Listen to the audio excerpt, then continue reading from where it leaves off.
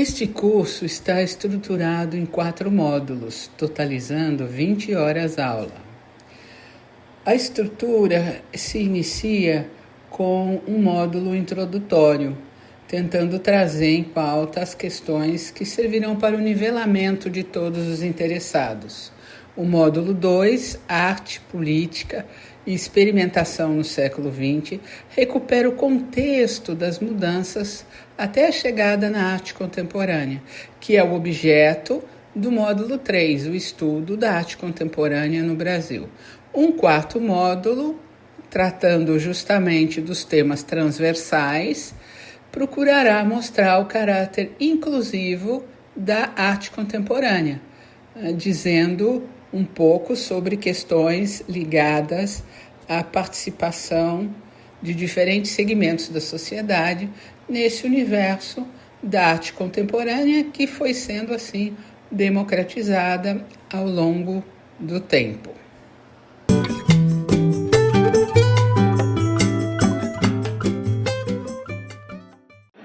Sejam bem-vindos, sejam bem-vindas. Estamos dando início à aula 5 do módulo 3 sobre a história da arte contemporânea no Brasil. Mais uma vez, apenas para uma questão de orientação, na primeira parte nós discutimos alguns conceitos fundamentais que funcionaram também como nivelamento para aqueles que nunca tinham tido nenhum contato com a história da arte. No módulo 2, revisamos alguns movimentos e alguns temas indispensáveis para a compreensão da história da arte contemporânea no Brasil. E agora estamos na última aula do módulo 3, que discute detalhadamente a produção de arte contemporânea no Brasil, desde a década de 1960 até o século XXI. Ainda falta o módulo 4, temas transversais, em que aspectos importantes da arte contemporânea no Brasil são abordados, como a arte contemporânea dos povos nativos, a arte contemporânea afro-brasileira, gênero e feminismos na arte contemporânea brasileira e o caso de alguns artistas paradigmáticos, o Arthur Bispo do Rosário, o Tomi Otaki e o Véio, que é o apelido de Cícero Alves dos Santos. Então, vamos dar início ao estudo das décadas iniciais do século XXI e o desenvolvimento das práticas artísticas contemporâneas no Brasil. O contexto histórico e político desse século XXI é marcado internacionalmente pela globalização e a financiarização da economia e a instauração de uma interdependência assimétrica. É um momento também de crises recorrentes e instabilidade estrutural, de reconfiguração do papel do Estado, de ascensão de populismos, autoritarismos e polarização. Também a centralidade da tecnologia e da economia digital se fazem notar. Em termos de Brasil, podemos destacar um crescimento instável e uma dependência estrutural, sobretudo das commodities, redução e posterior agravamento das desigualdades sociais, uma crise política e um desgaste institucional, a ocorrência de polarização, populismo e disputas de narrativa. Também destaca-se os processos de digitalização, informalidade e as novas formas de trabalho. Nesse contexto, vamos selecionar uma primeira artista, que é a Keila Lavers, nascida no Paraná em 1970, dessa geração mais jovem da arte contemporânea no Brasil. Ela é formada em artes plásticas também pela FAAP, trabalha a recontextualização de objetos do cotidiano a partir do seu arquivo pessoal, composto por objetos adquiridos em lojas, mercados e feiras populares no Brasil e no mundo. Seus procedimentos levam em conta o desaparecimento de tradições por meio de mudanças de hábitos de consumo ou por evoluções tecnológicas. Aqui um dos seus primeiros objetos, ladrão contorcionista. A gente percebe já o seu uso expressivo da cor, o amarelo salta nessa obra. Mais uma vez o uso da cor com muita força, outro ladrão contorcionista. De toda forma ela sugere um certo lirismo nessas obras, embora sejam bem fortes. Temos mais aqui o Coração, outra obra bem contundente, em que ela trabalha essa ideia de camadas e de sobreposições. Aqui o Estômago, vejam como ela também vai tentando ressignificar algo que é tão cotidiano como o estômago, seu funcionamento e sua problemática. Pulmão, também nessa série. Aqui a gente vê uma garça curupira, já mostrando um pouco da exploração da matéria, da textura, do tridimensional, da cultura popular. Papel de parede, essa gestualidade pictórica que também está presente na obra dela. Mais uma vez o amarelo, a textura, a força das suas camadas sobrepostas de significações. Dias da semana a gente pode ver uma preocupação com o ritmo visual, dessas obras.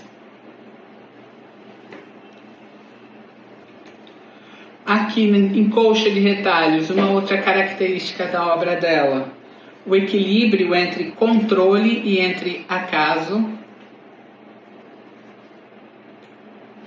E chegamos então no segundo artista, o Leandro Lima.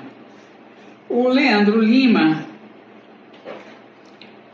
ele utiliza-se de aparatos tecnológicos do espaço e da cidade e das instituições artísticas para questionar a experiência do observador no ambiente urbano e nas atividades cotidianas. Vocês vão ver nessa primeira obra já uma relação com o universo da cidade, da arquitetura, essa forma de investigação do tempo e da percepção que ele propõe já aí em Fera-Luz. Artéria, mais uma vez, a utilização da luz e de superfícies reflexivas. Ele também vai utilizar muitos espelhos. Ele é sempre interessado em fenômenos ópticos e luminosos.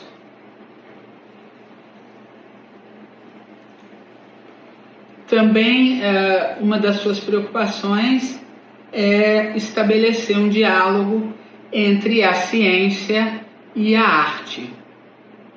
E aí a gente tem travessia, esforço coletivo, a ciência de um procedimento e a sua representação como um objeto artístico.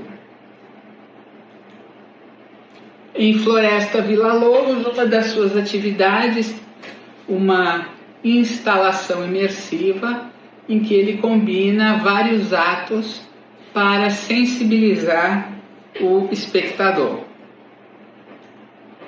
Aqui também estação meteorológica, uma outra tentativa, né, de, através de experiências sensoriais, chamar a atenção do espectador. Outra vez a questão da luz, da luminosidade, né, provocando um deslocamento do olhar no espaço. Mas aqui outra grande intervenção, o futuro do pretérito. Ele, em geral, utiliza uma perspectiva de um minimalismo formal. Aqui, Relicário, uma peça bem sutil, bem leve, em que ele explora também essa ideia de espelho, de sombra, essa ideia até de infinito. Aqui nós temos Pequeno Ditador, uma crítica, uma referência à arte conceitual e também à construção de uma poética visual. Essa então foi um pouco da discussão da obra do Leandro, e nós passamos para um outro artista muito conhecido, que é o Eduardo Cobra, nascido em 1975 em São Paulo e muito conhecido pelas suas obras de street art. O Cobra começou a desenhar em muros como pichador. O gosto pela arte de rua levava o adolescente a colecionar advertências. Foi detido 3 vezes por crime ambiental, justamente por conta do uso irregular de sprays em muros da Redondeza. Aí temos a assinatura do Cobra e o modo como ele foi saindo da contravenção para um ambiente de street art, de arte das ruas, bastante diferenciado daquele primeiro momento. Uma frase dele bem taxativa: nunca estive tão quieto quanto agora. Ou seja, ele imerso nas suas reflexões sobre a arte. Essa obra é uma das suas obras mais famosas, chamada de Coexistência. Coloca crianças com máscaras de proteção durante o período da Covid-19, da pandemia, cada uma delas simbolizando uma religião diferente, e todas unidas nessa luta contra a pandemia que se abatia sobre a humanidade. Vejam, então, em Coexistências a gente tem 5 crianças em oração, 5 continentes, 5 religiões: o cristianismo, o budismo, o judaísmo, o islamismo e o hinduísmo. Uma das obras notadamente mais conhecidas do Cobra em São Paulo foi Muro da Memória, em que ele redesenha um tempo já passado, um tempo totalmente diferente do que vivemos hoje, e as pessoas passavam por lá e eram tomadas por um certo estranhamento e por uma nostalgia de um tempo que já se foi, numa cidade que mudou muito com a sua expansão urbana. Então, esse Muro da Memória ele foi feito ali na Avenida 23 de Maio, em comemoração dos 455 anos de São Paulo, e que aconteceu em 2007, um total de área trabalhada de 1.000 metros quadrados. Um estilo também do Cobra, embora menos usual atualmente, é a utilização daquilo que se chama pintura anamórfica, ou seja, olhando de perto ela é bidimensional, está, abre aspas, colada ao chão, mas olhando a uma determinada distância ela adquire volume. Essa foi feita na Praça do Patriarca, em São Paulo, em 2010 e gerou muita curiosidade por parte do público que passa nessa área tão frequentada. Aqui nós temos outro trabalho dele de arte anamórfica, também premiado e muito elogiado. Isso foi no Saratoga Chowd Festival em 2011. Aqui uma grande obra dele, a Etnias. Ela foi uma das suas obras mais destacadas no cenário internacional, absolutamente espetacular, né, de tirar o fôlego. Ela foi feita para as Olimpíadas do Rio em 2016, são 3.000 metros quadrados, etnias todos somos um, representam as etnias fundadoras de cada um dos 5 continentes que participaram das Olimpíadas, né? Então nós temos a primeira etnia, Mursi, da África, a segunda etnia, Kainhin da Tailândia, representando a Ásia, uma terceira etnia, Tapajós, representando as Américas, uma quarta etnia, Sup, representando a Europa, e a etnia Ulu da Nova Guiné, representando a Oceania. Então essa é realmente uma obra magistral que deixou o Cobra para sempre na história, com um reconhecimento internacional ainda maior do que ele já tinha.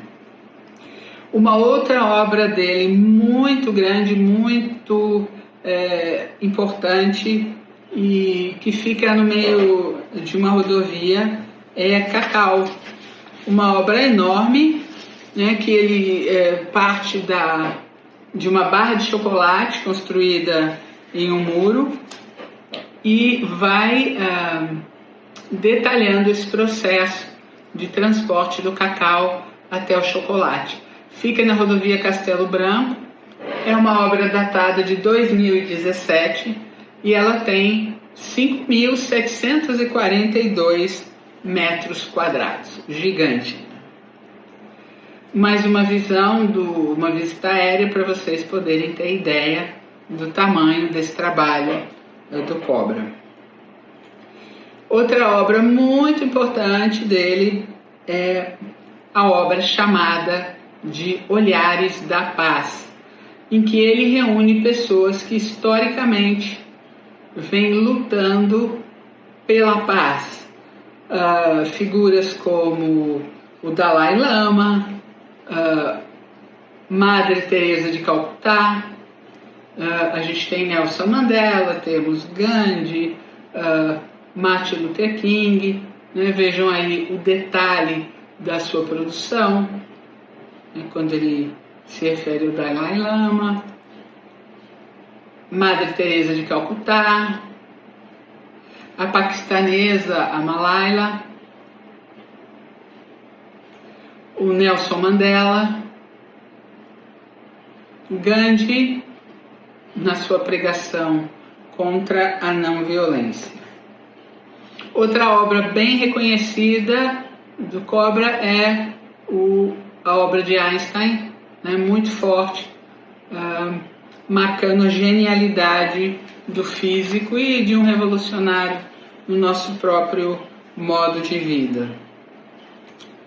Essa obra fora do Brasil, em Nova York, ela é uma homenagem aos bravos que lutaram para salvar as pessoas após o atentado do 9 de setembro. É uma obra de 2018 e que também ficou muito famosa em Nova York, justamente pelo seu apelo de reconhecimento a esses heróis. Aqui temos um detalhe, ele tem algumas obras com a temática do Ayrton Senna, no Autódromo de Imola, também em Interlagos, valorizando a figura desse grande herói, precocemente, né, morto num acidente de Fórmula 1. Essa é a imagem que está lá em Imola, na Itália, o autódromo fatídico, e data de 2019. Temos uma outra aqui em Interlagos também, com a presença do Ayrton. Essa é uma obra de 2020. Aqui a gente tem uma série de obras em que ele estiliza a obra e o pensamento do Leonardo da Vinci, coloca nessa especificamente a Mona Lisa como uma artista de street art com seu spray desenhando Leonardo da Vinci. Foi uma obra realizada para a exposição sobre Leonardo da Vinci, que aconteceu em 2019, pouco antes da pandemia, em São Paulo, no Museu da Imagem e do Som, uma exposição que fez história pelo seu caráter imersivo, pela utilização de mídias e pela diversidade de técnicas para contar a história do polímata Leonardo da Vinci. Aqui nós temos um outro detalhe, uma das obras dele, O Homem de Vitrúvio, uma parte do Homem de Vitrúvio também retratada. O detalhe do Leonardo, né, sendo desenhado pelas mãos da Mona Lisa, e aqui mais uma vez um detalhe da sua assinatura.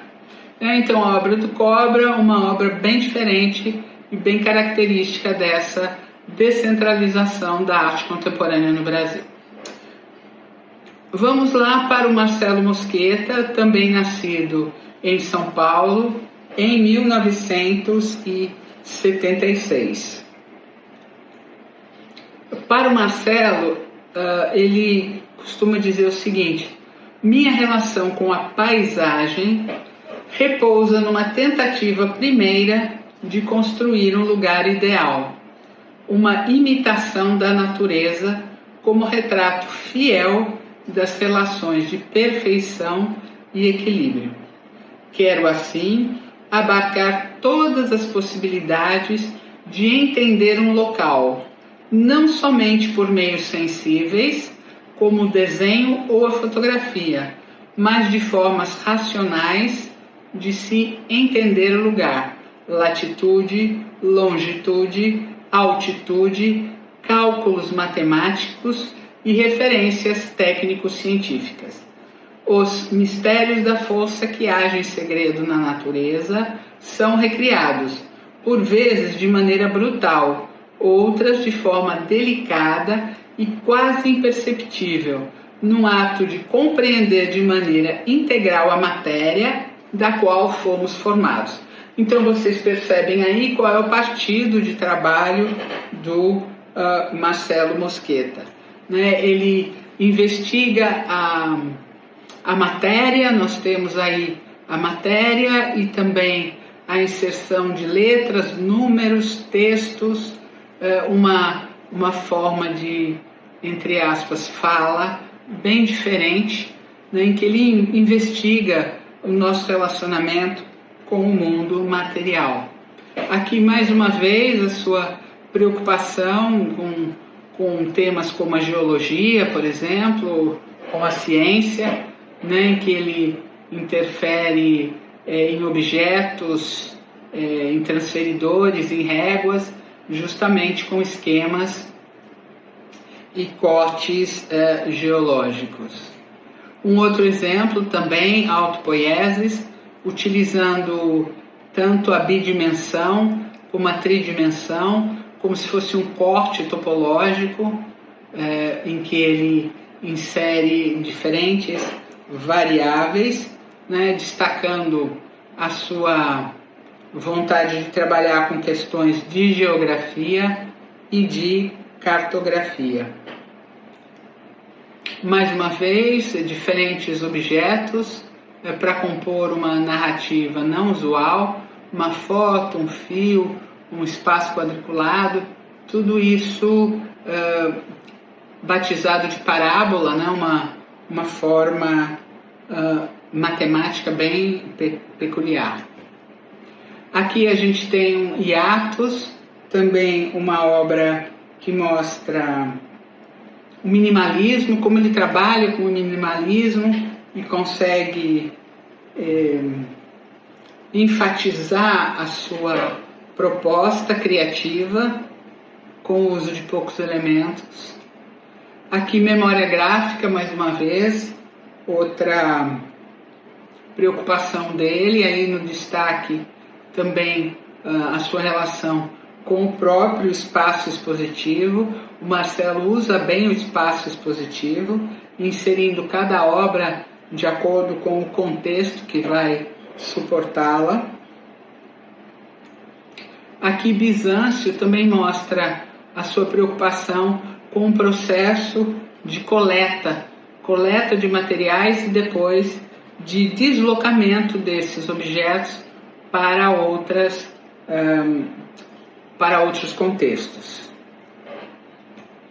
Aqui fios e fluxos, novamente, a sua relação com arte e consciência e entre natureza e cultura. Mais uma experiência técnica também, Antes Arueira, uma obra que tem uma escala sutil e delicada, que fala da temporalidade e da permanência.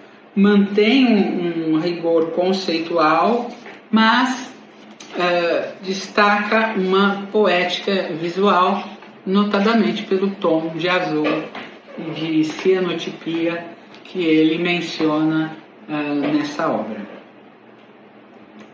Nosso próximo artista é o Cadu, nascido em São Paulo em 1977. O Cadu, bacharel em pintura pela Escola de Belas Artes da Universidade Federal do Rio de Janeiro, com mestrado e doutorado em linguagens visuais, também pela UFRJ. Realizou o pós-doutorado, também na UFRJ, na linha de pesquisa Poéticas Interdisciplinares. É um artista plástico e também professor e pesquisador da PUC-Rio, no Departamento de Artes e Design, onde ele coordena o LINDA, o Laboratório Interdisciplinar em Natureza, Design e Arte.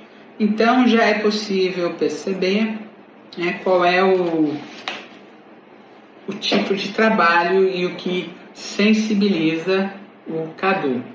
Aqui nós temos uma obra dele chamada Nácar 2, que é uma série nas quais as peças recebem o nome da estrutura calcária que forma as conchas de diversas espécies de moluscos bivalves. Conchas de mexilhões foram gravadas a laser com desenhos criando contos visuais. Em Tectônicas, ele explora a ideia de camadas e movimento, como as próprias placas tectônicas do planeta Terra, usando materiais como laca, MDF e elementos naturais, frequentemente ligando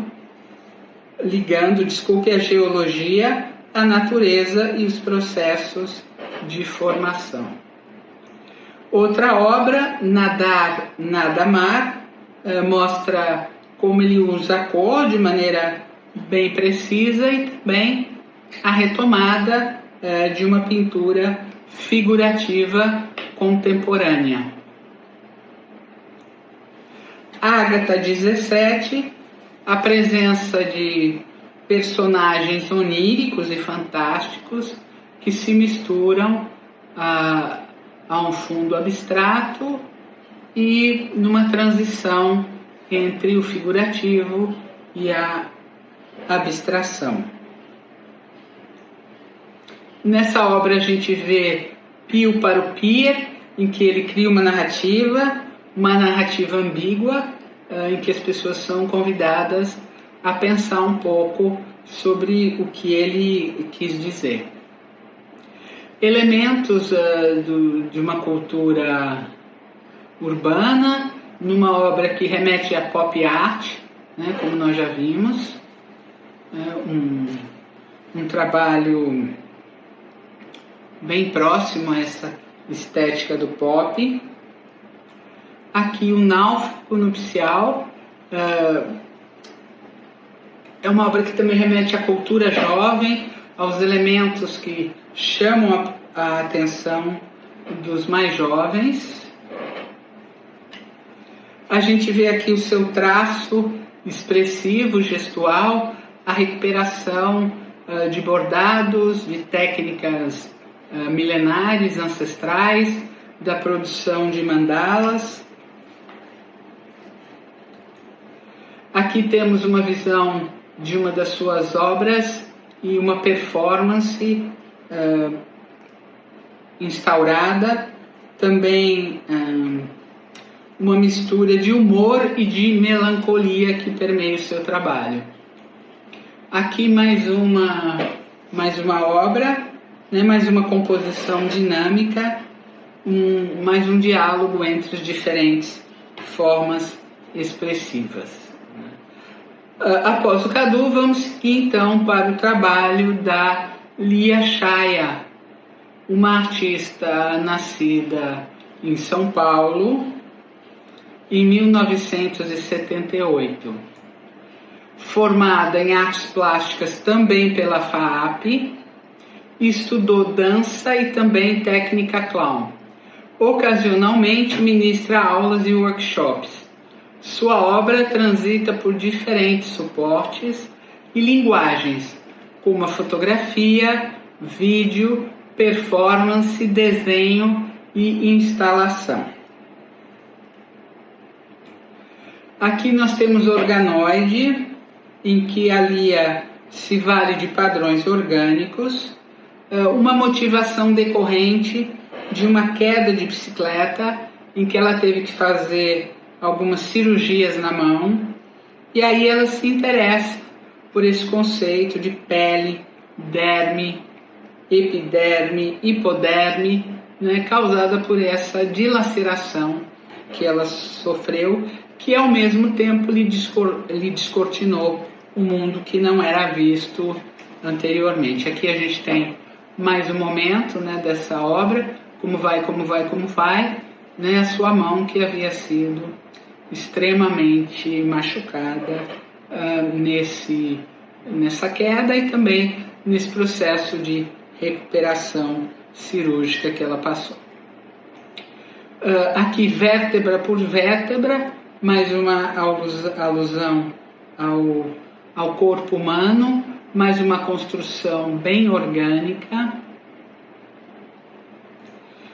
Outra construção bem orgânica, máscara, utilizando elementos de uso cotidiano, que vão sendo ressignificados. Aqui uma intervenção, né, estacionamento, em que ela faz uma referência à necessidade de pensar e à necessidade de parar para pensar.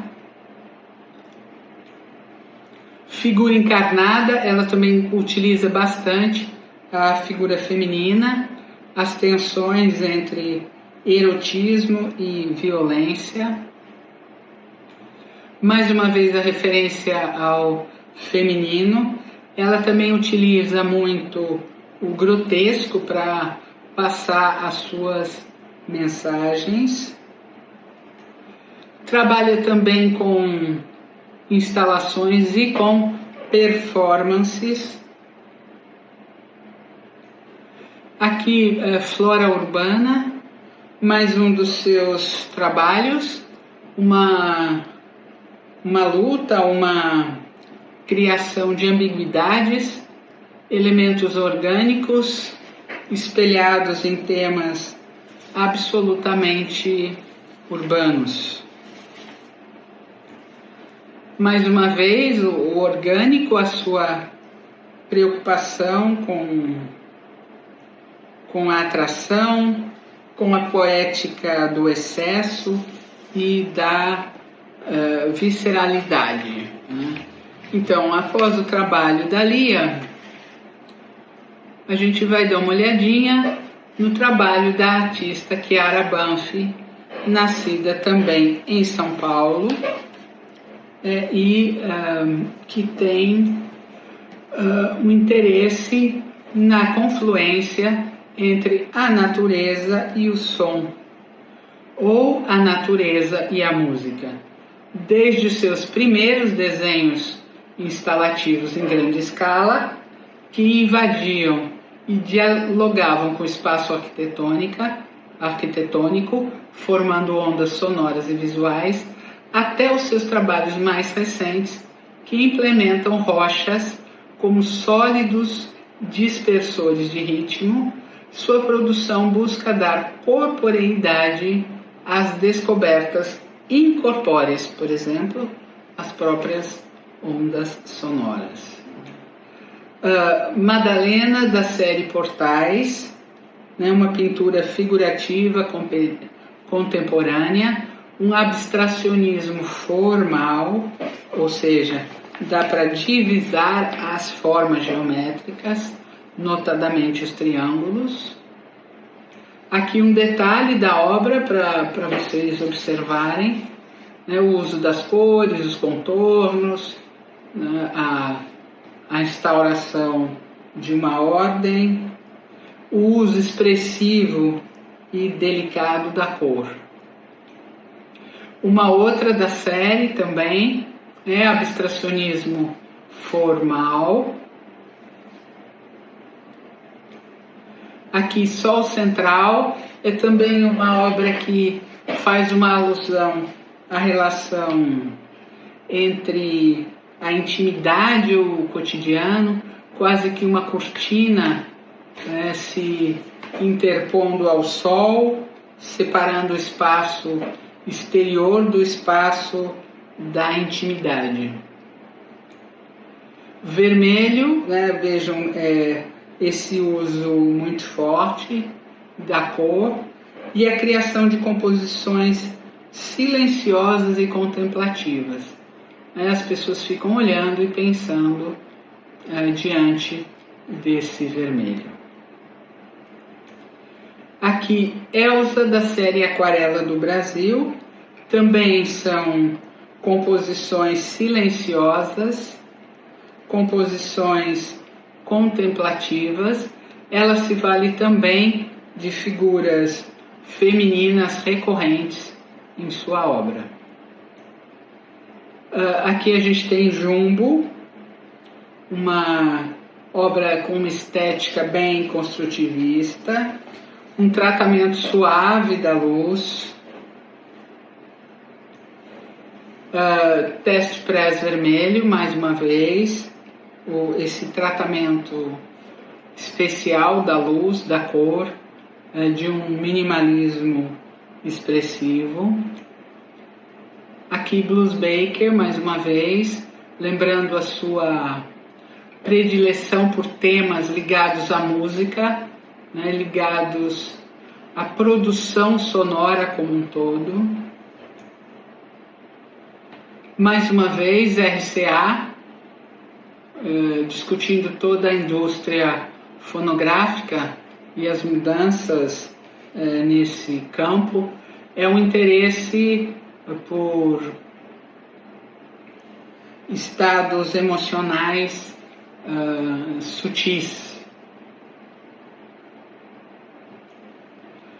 O nosso próximo artista é o Marcelo Cidade. Marcelo Cidade, que segundo Miguel Chaya diz, Explora questões urbanas, arquitetônicas e sociais, trazendo sinais e situações da rua para espaços dedicados à arte. O artista também realiza intervenções artísticas em espaços públicos. Suas instalações e esculturas abordam temas como violência, desigualdade social e a dicotomia entre as esferas públicas e privadas. Vejam essa obra do Marcelo Cidade, muito interessante, a repressão da representação. O elemento central, eu vou mostrar um detalhe, são então essas fitas plásticas utilizadas para prender, para amarrar, para conter, para, entre aspas, reprimir. Ele faz aí uma tapeçaria desses objetos industriais absolutamente contemporâneos que nos tocam criticamente com relação às nossas limitações impostas. Outra obra dele, Emprego 1, é uma crítica social e política. Vocês veem um rodinho de puxar água que é redimensionado com o seu cabo de maneira muito artística, muito poética, minimalista, né, nessa forma crítica que ele tem de abordar os temas mais diversos. Projeto reconstrutivo, em que ele utiliza mais uma vez a forma no seu estado puro para criar uma espécie de decalque do cotidiano. Mais um abstracionismo formal, com uma perspectiva que puxa o espectador para o fundo da obra. Ato falho, em que ele coloca pequenas etiquetas, eu vou mostrar o detalhe, pequenas etiquetas sem nenhuma importância, que ele rearranja de maneira bem humorada, um humor ácido, né, e muita ironia, né, para dialogar com essas formas que seriam completamente sem importância. E Higienópolis 1, então ele faz uma espécie de cartografia do bairro de São Paulo, mostrando alguns comportamentos e algumas especificidades daquela região. Aqui a gente tem o eterno jogo dos opostos. Vocês podem ver no detalhe um fragmento de uma arquitetura, pedaços reunidos que ele tenta transformar nessa colagem de questões que marca o nosso cotidiano. Então, o trabalho de Marcelo Cidade, muito interessante, vai se seguir de um trabalho que vem de uma origem muito diversa, de um outro mundo, né? O mundo do Tiago Martins de Mello, nascido em São Luís do Maranhão em 1961 e que traz consigo todo um repertório diferente. Ele se formou em psicologia e esse é um interesse muito forte nas obras do Tiago. Ele também é mestre em teoria e pesquisa do comportamento na Universidade Federal do Pará, a UFBA, lá em Belém. Para ele, só faz sentido pintar aquilo que ele quer entender. Então, toda pintura é também um exercício de compreensão das questões que atravessam e que motivam a cabeça do Tiago. Tricéfalo em catarse, vejam, ele tem uma investigação de mitos e narrativas arquetípicas. É tudo muito complexo, muito denso, muito bem trabalhado. A gente perde fôlego, né, tentando acompanhar essa narrativa que ele propõe. Outra obra, o triunfo da morte sobre o curral cleptocrata. Vejam como há camadas na sua obra. Ele faz uma releitura de iconografias clássicas e religiosas, além de um uso dramático da luz e da sombra, o diálogo entre o sagrado e o profano. Mais uma obra dele bem forte, Árvore de Sangue e Fogo que Consome Porcos, uma analogia a toda a nossa ancestralidade. Vocês veem várias figuras da nossa história materializadas e essa relação com a morte em geral causada pela própria atuação dessas figuras na nossa história. Aqui a gente tem também o suplício do bastardo. Vejam que obra bem forte, assustadora. Ele trabalha temas de queda, redenção, sacrifício, além de muitas referências à história da arte ocidental. As figuras humanas aparecem em situações limítrofes, as atmosferas de tensão espiritual e existencial e os corpos em estados de suspensão ou colapso. Em entrevista a Márcio Lins, ele diz: meu trabalho é muito narrativo, sempre foi. Até os títulos eram muito grandes, porque tinham uma narrativa muito clara. A próxima artista é a Ana Elisa Igreja, nascida em 1983 em São Paulo. Sua formação também foi em artes plásticas pela FAAP e ela integrou o grupo 2008. Para a artista, o legal é a textura, a pintura, a cor. Essa é a minha história. A Ana Elisa é uma artista que se volta para o fotorrealismo. Lembram-se que tivemos uma aula específica sobre o fotorrealismo e agora vamos poder observar melhor o trabalho perfeito que a Ana Elisa faz com relação à reprodução fotorrealista. Temos aqui um primeiro trabalho dela. Ela já começa a mostrar aí a sua preocupação com uma pintura hiperrealista e com uma pintura fotorrealista. Mais uma renda, né? Vocês observam já o detalhamento da sua criação, o compromisso com a cópia perfeita daquilo que ela está retratando.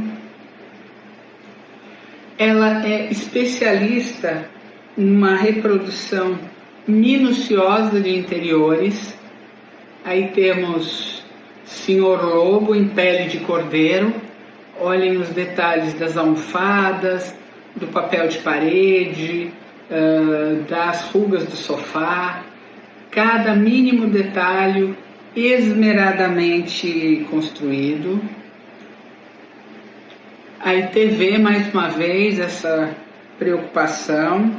Ela tem uma atenção obsessiva aos detalhes. Também um uso preciso da perspectiva. Vejam esse canto da janela de vidro, o vidro também, os azulejos, os rejuntes, cada detalhe. Aí uma das suas pias, ela tem uma série de pias, todas detalhadamente representadas, uma preocupação com as superfícies e com a construção de texturas extremamente nítidas. Suas cores, como a Imbá flutuante, são saturadas e artificiais. O padrão do piso, que remete a Atos Vulcão, e cada um desses detalhes que ela coleta para montar a sua paisagem. A sua iluminação, ela é controlada e teatral, dando uma outra perspectiva ao horizonte representado. Em janela da Bienal, com vista para o rio, a gente percebe esse tom inquietante e estranho que ela vai conferindo aos ambientes que ela representa. Em Sorte, a gente vê realismo e fantasia, a reprodução fotorrealística e, ao mesmo tempo, um universo onírico, fantasioso, inspirador. Aqui temos uma obra que faz menção ao arquiteto Frank Lloyd Wright e ao Cristo Redentor ao fundo, que é atingido por um raio. Então, essa atmosfera de suspense, essas narrativas implícitas que ela realiza. É interessante, ela obteve autorização para entrar numa casa que estava à beira da demolição, uma casa clássica em São Paulo, projetada pelo Rino Levi, que foi um dos principais arquitetos do modernismo brasileiro. Ele nasceu em São Paulo em 1901 e morreu em 1965. Formou-se em arquitetura na Itália, em Roma, e retornou ao Brasil nos anos 1920, trazendo uma visão moderna e racional da arquitetura. Foi pioneiro na introdução dos princípios do modernismo em São Paulo, defendendo a arquitetura como uma resposta funcional, técnica e social às necessidades da vida urbana. Então a Anelisa, ela vai entrar nessa casa e vai fazer esse levantamento fotorrealístico. O Rino Levi valorizava a planta nacional, a clareza estrutural, a ventilação e a iluminação naturais, além da relação entre o edifício e a cidade. Ele publicou alguns trabalhos e projetou edifícios emblemáticos, como o Cine Piranga, o Cine UFA Pacífico, o Hospital Albert Einstein na sua primeira versão, além do Teatro Cultura Artística e diversos edifícios residenciais e comerciais em São Paulo. A Anelisa, então, leva a sério essa perspectiva do Rino Levi, né, que atuava também como um urbanista, e vai reproduzindo o interior dessa casa, que era também chamada de Casa Campo Verde de Rino Levi. Vocês veem aí uma visão da cozinha da casa, no filtro, na saboneteira, a pia, o escorredor de pratos, enfim, cada detalhe milimetricamente representado. Aqui uma outra área, o chamado closet, que ela batizou também de revoada. Lembrando que essa casa estava abandonada, ia ser demolida, e ela conseguiu então entrar e fazer essa expedição Rino Levi, que gerou esse conjunto de obras. Ela também fez várias naturezas mortas, muitas delas mediadas por um vidro, ou por vidros, ou por superfícies mais ou menos opacas, translúcidas, tentando dar à natureza morta uma dimensão diferente da dos cânones tradicionais. Outra dessas naturezas mortas, com foco em produtos e embalagens brancos, mais uma vez o vidro, criando uma outra perspectiva.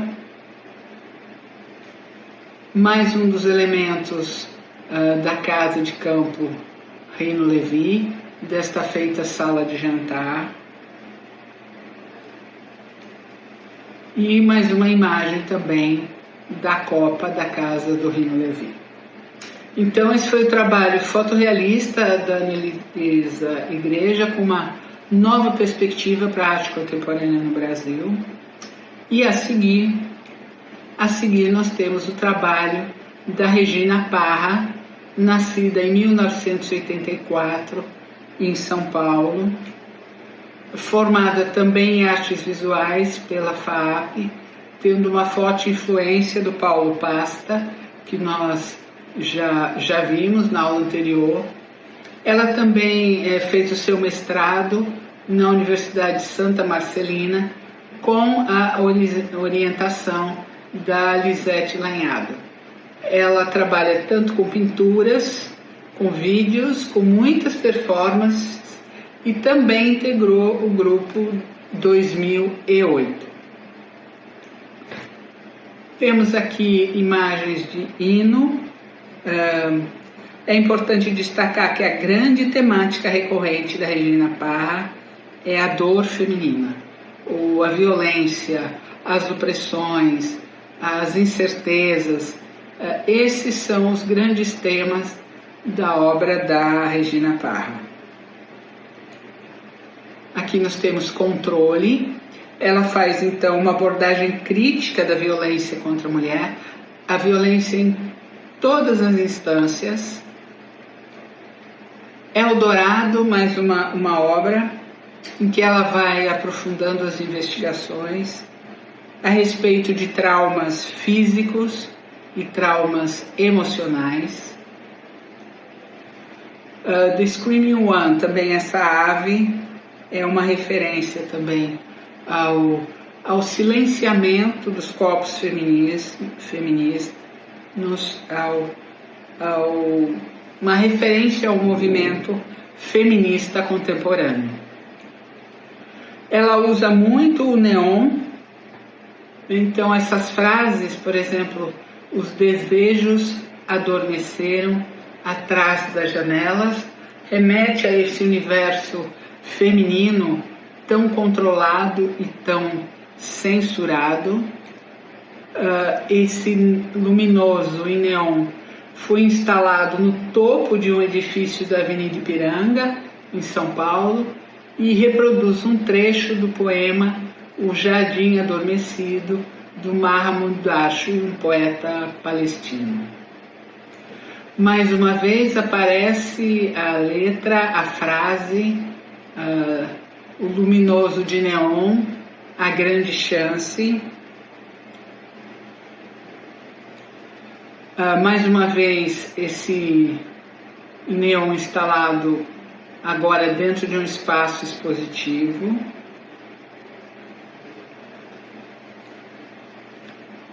Manter-se aterrorizada, tornar-se terrível. Outro trabalho que remete à obra do Frantz Fanon, né? Ela discutindo sempre esse terror que é imposto à mulher nas mais diferentes sociedades. Outro neon, é preciso continuar, instalado no Largo do Batata, em São Paulo, aí numa foto noturna que dá bastante tensão, né, com os reflexos e a rua molhada. Ela teve um problema, sofreu uma miopatia mitocondrial que a fez sofrer muito. Então ela diz o seguinte: inicialmente era sobre uma questão pessoal, porque eu estava nesse lugar de tenho que continuar, mas não consigo. Mas eu entendia que essa frase em São Paulo, e especialmente naquele lugar, podia falar de viver nessa cidade que demanda um esforço permanente. Então a Regina Parra, ela tem essas atmosferas de sofrimento, de resistência, o questionamento dos papéis de gênero, narrativas visuais de vulnerabilidade e força, diálogo com debates sociais e jurídicos sobre gênero. Outro artista, o André Vargas, nascido em 1986, no Rio de Janeiro. Ele formado em filosofia pela Universidade Federal do Rio de Janeiro, investiga e tensiona hegemonias que sustentam narrativas históricas únicas. Ao recontar e responder à sua própria história familiar, mobiliza forças religiosas que reescrevem seus gestos em uma perspectiva afrocentrada. A voz, a evocação e a conversa operam como dispositivos que produzem dobras de sentido em seus trabalhos, a partir da articulação entre palavra e imagem. Nesse recurso, a presença constante da ausência reafirma um campo infinito de possibilidades, no qual qualquer pretensão de certeza acerca do sagrado e do profano se desenvolve na experiência da graça. Temos aqui uma primeira obra dele, Os Ibejis. Vejam, também ele trabalha dentro da chamada pintura figurativa contemporânea. Em Debré Deve Morrer, também uma crítica a questões da representatividade e da representação de todo o movimento negro no Brasil. Vocalunga, mais uma vez a evocação a essas questões.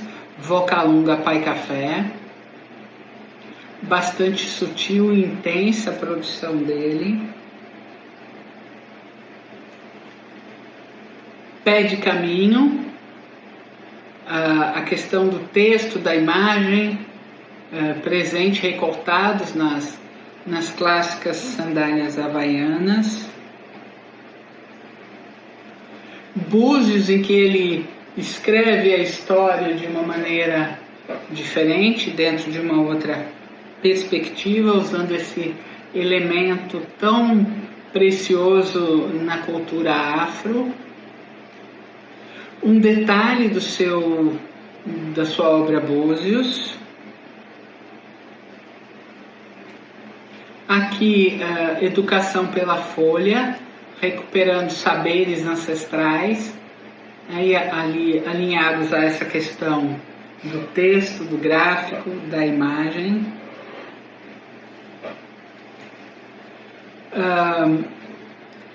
A esperança é uma dor, mais uma intervenção que ele faz em um grande espaço público. Aqui, Ilê, novamente, o uso contínuo e atmosférico da cor, o uso de símbolos, desenhos gráficos, letras. É interessante lembrar que ele raramente retrata a figura humana. Aqui, outra obra bem interessante, a inscrição sobre um banquinho. Nossa próxima artista, a Clara Ianni, nascida em São Paulo em 1987. Ela é formada em artes visuais pela USP e possui um mestrado em Visual and Media Anthropology pela Freie Universität de Berlim. Sua prática investigativa abrange também a curadoria de exposições, entre as quais se destaca o futuro da memória, realizada no Instituto Goethe, em São Paulo, em 2017. Atuou ainda como assistente curatorial de Regis Michel no Museu do Louvre, em Paris, e de Arthur Chimensky na 7ª Bienal de Berlim, em 2012. Suas obras, elas partem de uma investigação crítica da história política brasileira. Então a gente tem aí o Apocalipse invertido, essa menção ao Brasil e ao que se passava no país. Que oração, mais uma relação com o tempo, de uma maneira bem inventiva. Topete, aqui também a pintura figurativa, uma abordagem bem documental, bem ensaística, um uso preciso e contido da cor. Mais uma obra que mescla a questão da instalação, da performance, do vídeo, essa chamada segunda natureza.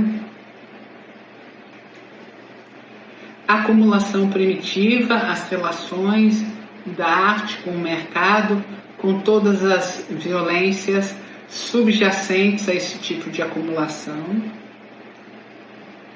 Tempo e espaço, em que ela trabalha a tela de um celular como um suporte para uma obra bem conceitual. Também a sua relação com análise das estruturas de poder, por exemplo, as commodities, entre elas o quartzo, as guerras que essas mercadorias geram em todo o mundo.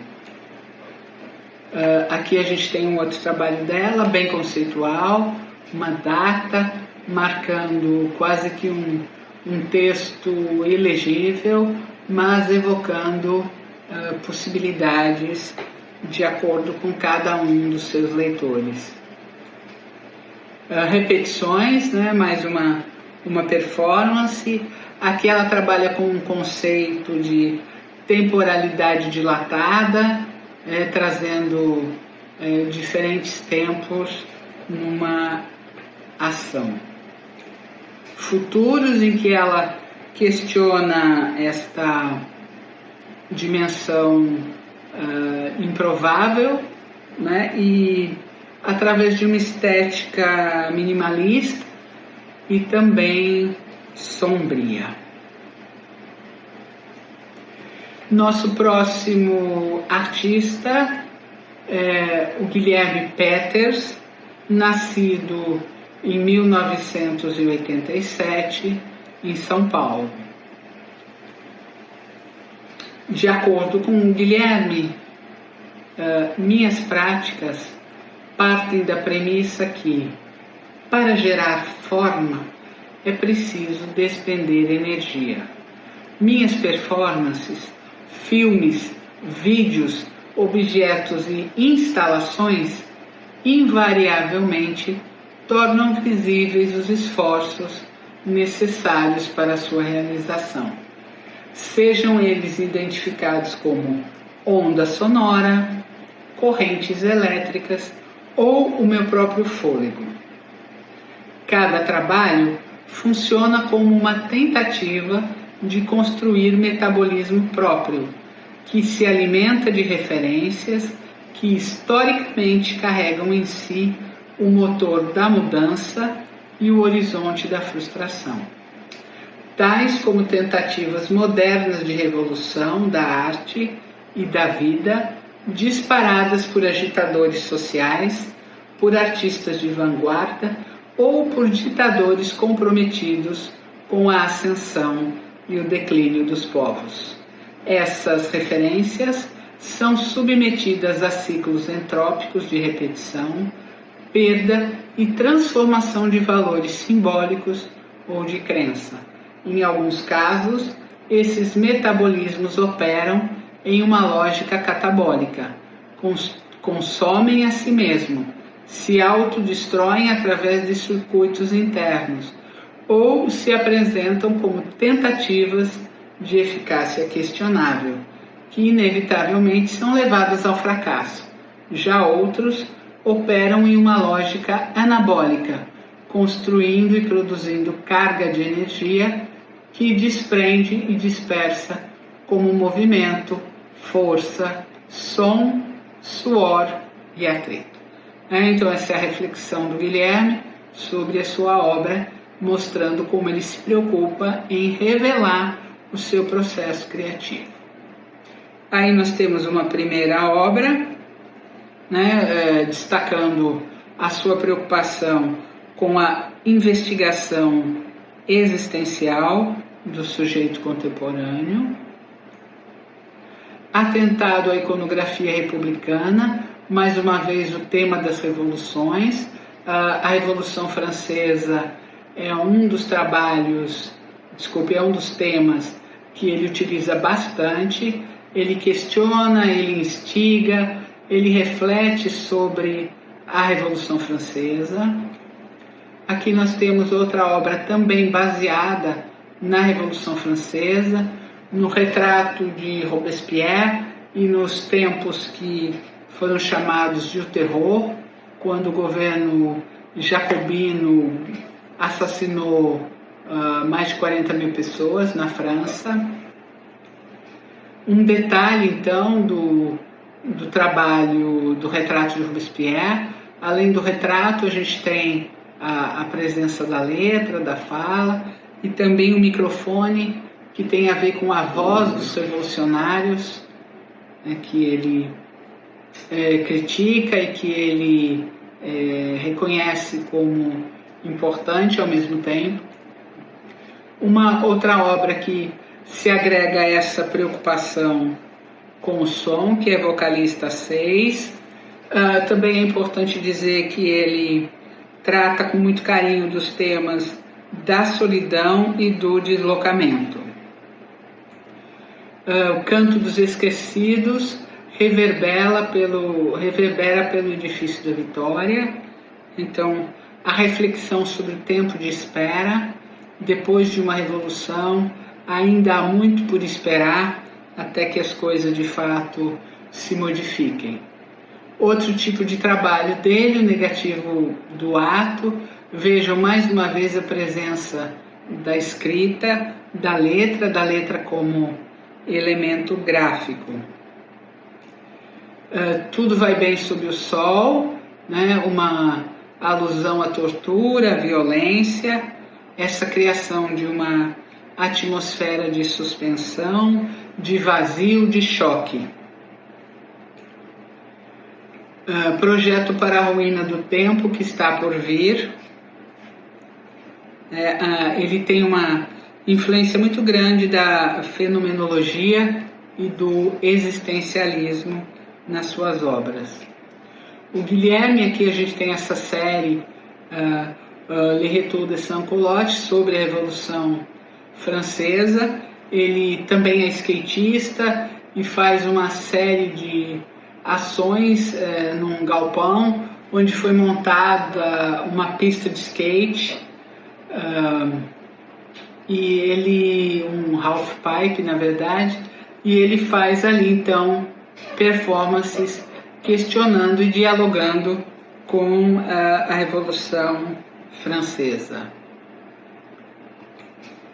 De maneira um pouco diferente, nós temos o trabalho do Henrique César, nascido em São Paulo em 1987. O artista diz: busco pela arte o avesso incerto daquilo que está claro. Ali posso trabalhar com uma realidade inaudita, às vezes mais real do que aquela que estamos acostumados a ver. Então, Henrique César vai nos conduzir por caminhos invisíveis, ao mero olhar. Ele vai dando um olhar especializado. né? Então, República Real, ele pega um dos nossos símbolos da República, né? O símbolo também é derivado da própria Revolução Francesa, a figura que está nas nossas notas, né? E aí vai mostrando seu interesse por questões urbanas e oriundas de processos mais profundos da sociedade. Máquinas para atrair raios, né? Uma questão de interesse por temas da engenharia, por temas da arquitetura. Vocês podem ver de maneira mais detalhadamente um dos objetos que ele radiografa, um toca-vinil, um dos que ele se atém. A sua obra tem uma atmosfera bastante melancólica, bastante silenciosa, como a gente pode ver aí em Bioma. Ele também faz um uso muito contido da cor, tem essa perspectiva bem atmosférica, que acentua a melancolia. Estação 3, essa ideia de uma luz crepuscular, uma luz noturna, também reforçando esse estado melancólico que a sociedade atravessa. Mais uma vez, há poucas representações da figura humana, trouxe uma das obras em que ela aparece, chamada de Homúnculo.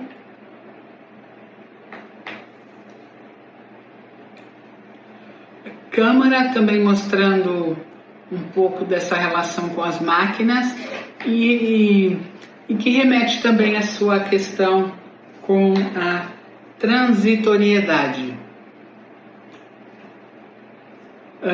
Um detalhe, né, de uma obra dele, da obra dele, né, com esses gráficos sendo registrados e oscilantes. Aqui radiografias de parede, mostrando seu gosto também por composições equilibradas e estáticas que trazem narrativas visuais abertas dentro dessa poética do vazio e da espera que ele cultua. O próximo artista é o Vítor Panachão Maia, conhecido como Meia, nascido em São Paulo em 1994, um artista bastante jovem.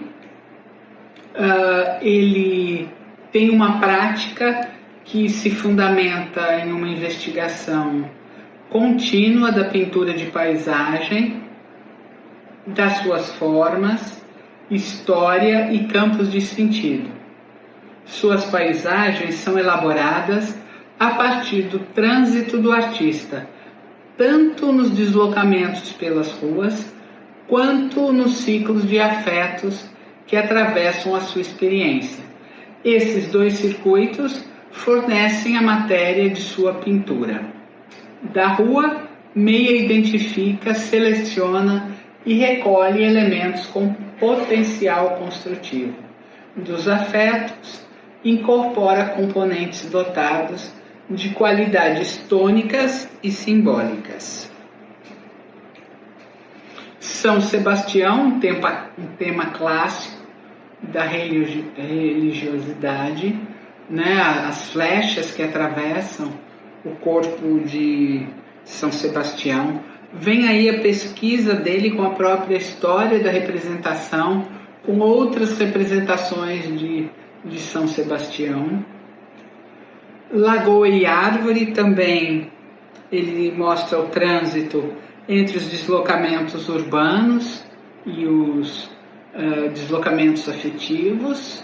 Vejam os fósforos que aparecem ali, não à toa, fazendo alusão a uma questão bem mais complexa.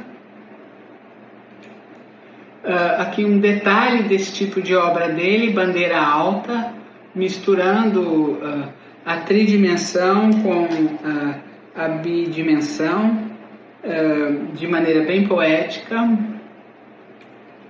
Fazer o erro virar acerto, uma obra bem complexa, baseada em formas e estruturas do cotidiano. Severina, com referências culturais e com referências religiosas, a imagem construída a partir de fragmento, uma tensão entre a abstração e a figuração, uma obra saneamento que, jorrando como se fosse sangue, ressalta as desigualdades. Aí também a gente percebe como ele trabalha bem com essas qualidades tônicas e simbólicas da cor. Ranger azul, o meia, continua seu processo intuitivo e experimental. Aí outra variação, Ranger branco, né, as paisagens vistas como estados mentais. Então, como ele disse, aí a gente vê em 10 Chaves de Salomão a presença da letra, essa relação também entre o impacto dos afetos na sua vida e a relação com os estados mentais e as diferentes travessias que a gente experiencia ao longo da vida. Nosso próximo artista é o Estevan Davi, também um artista muito jovem, nascido em São Paulo em 1999. O Davi investiga temas arquetípicos, como a criação do mundo, a origem do homem, a morte e o embate entre o bem e o mal, mobilizando figuras míticas, deuses, heróis e entidades simbólicas. Suas obras evocam emblemas de clãs e signos de espiritualidade, construindo imagens que dialogam com o surrealismo por meio de atmosferas oníricas e delirantes, nas quais se delineiam cosmogonias próximas. Vamos ver então como ele faz isso. Aqui é a urna de Davi. Todas essas referências que nós acabamos de mencionar, mitos e narrativas como cosmogônicas aparecem. O mágico solitário, temas aí de criação do mundo e da origem do homem, essa cosmologia da qual ele lança a mão. O espelho de Belial, mais uma vez, figuras míticas como deuses e heróis. Aqui o sol vermelho, referências a emblemas de clãs e da espiritualidade. Bússola de Babilô, mais um tema totêmico, uma imagem que é ao mesmo tempo surreal e fantástica. Meridiano ígneo, onde ele recolhe pequenos fragmentos e gera um ambiente onírico e delirante. O mergulho de Alabar, mais um tema clássico, que ele produz através do desenvolvimento de suas próprias cosmogonias. Vejo também o uso simbólico da cor. Akemini Orbi, outra coleção de fragmentos, dando sequência às suas narrativas arquetípicas. Aí mais outro trabalho dele, fragmentos.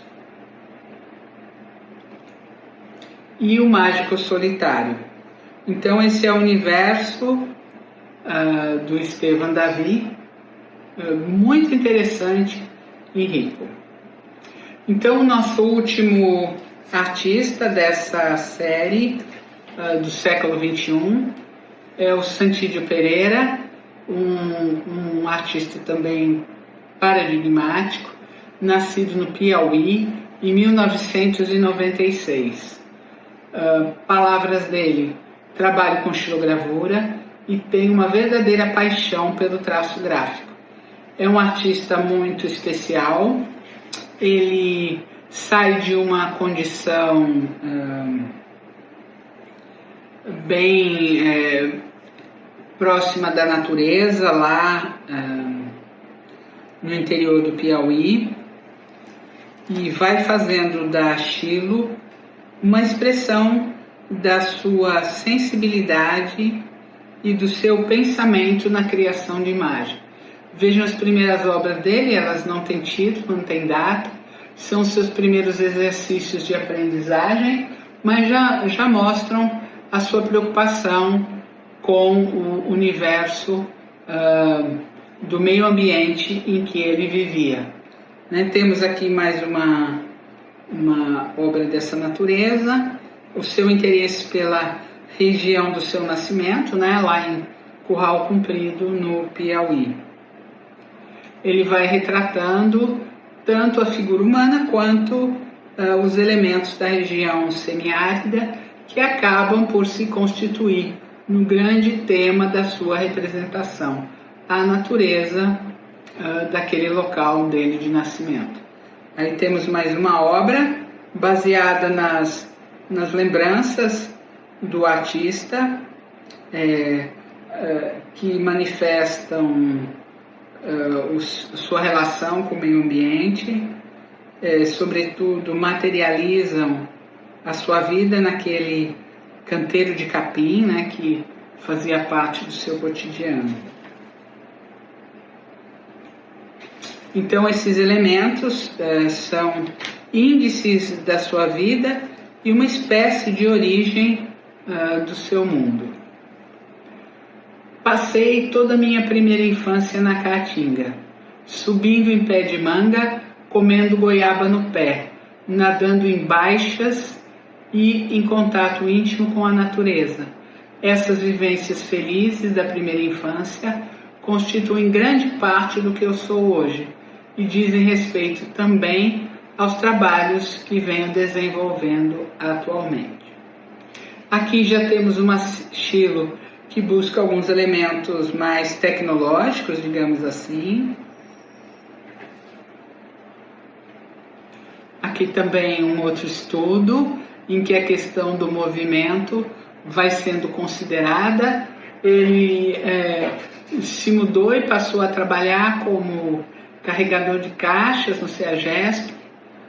Tinha um universo muito distante da arte e dessa produção contemporânea, mais elaborada, mas mesmo assim Santídio vai criando o seu próprio modo de representação e vai revolucionando a própria técnica, uma técnica tão antiga da estilogravura. Aqui temos uma outra imagem, vejam, bem desoladora, daquele universo, mas também bastante rica e criativa. Na verdade, costuma-se dizer que o Santídio trabalha de uma forma circular, ou seja, como se a sua obra fosse um umbigo gigante, apontando para a natureza cíclica da vida, seja um boi, seja uma galinha, sejam as pessoas conversando. Ele retrata esse processo de nascimento, de crescimento e de renovação que marca o ciclo da vida. Aqui mais uma imagem do seu cotidiano. Ele, ao contrário de muitos que mostram uma caatinga seca, ele tenta mostrar a multiplicidade de caatingas, baixões, chapadas, malhadas, passagens molhadas. Ele tenta mostrar a riqueza da região, em vez de enfatizar o solo como sendo infértil.